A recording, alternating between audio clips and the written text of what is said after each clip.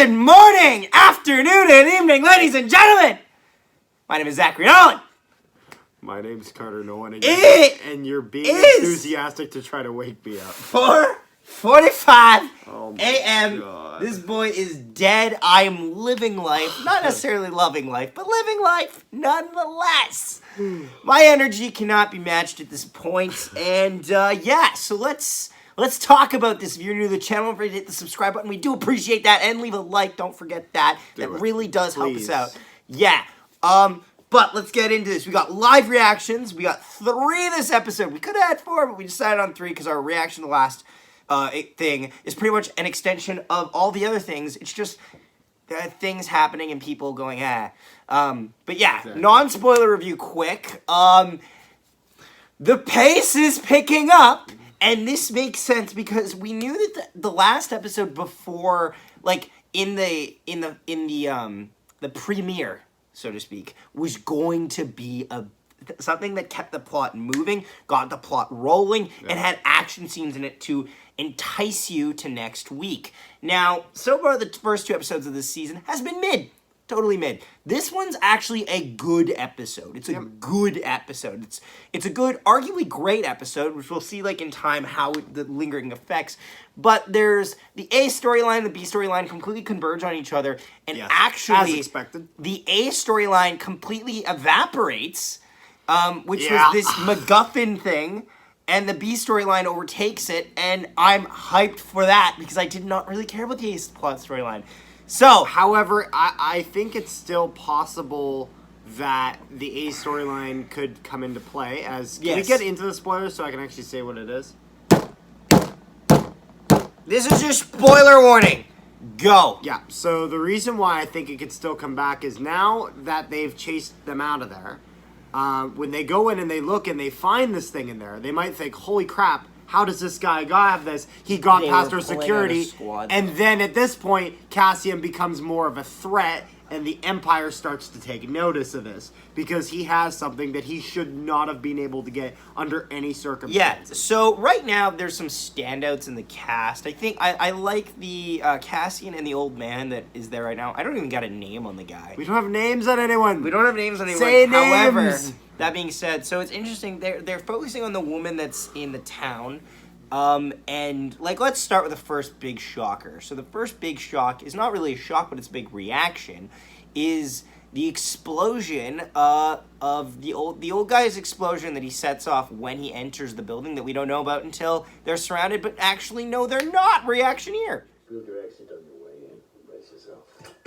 Oh! Oh! Okay. Got a smart man right here. That's a thinker, that one. That's a thinker. Bang.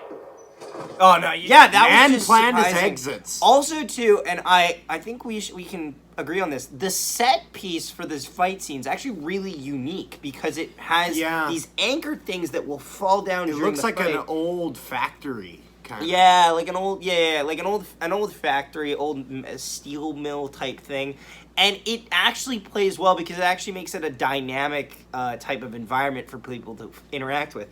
Also, too, the way that the police are seen is really interesting because it's negative, but it's also worth noting that this is negative before, like they are technically a member of the Empire. But, like, the lowest branch. Like, this is legitimately... They're very localized. Like, they're not... Yeah. It's different as opposed to the people that are going around. You see, they're very clearly Imperial. They got the logo. They got their rank. There's no stormtroopers yet. They're as much... They're as much the Empire as the underground police is a part of the Coruscant Republic. Yeah. Yeah. Also, too, Cyril, however you're gonna, Karn, Cyril Karn, I like he's pretty, if anyone's wondering, he's the white guy that we're focusing on. He's the one that the bad guy we're focusing on mostly. It's him and a sergeant, I believe. Yeah.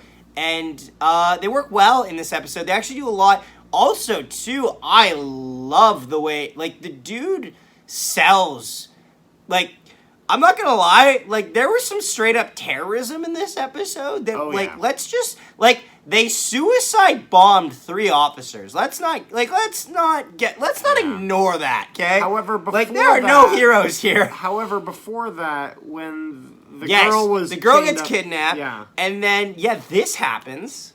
I'm telling you to stop. Who did this?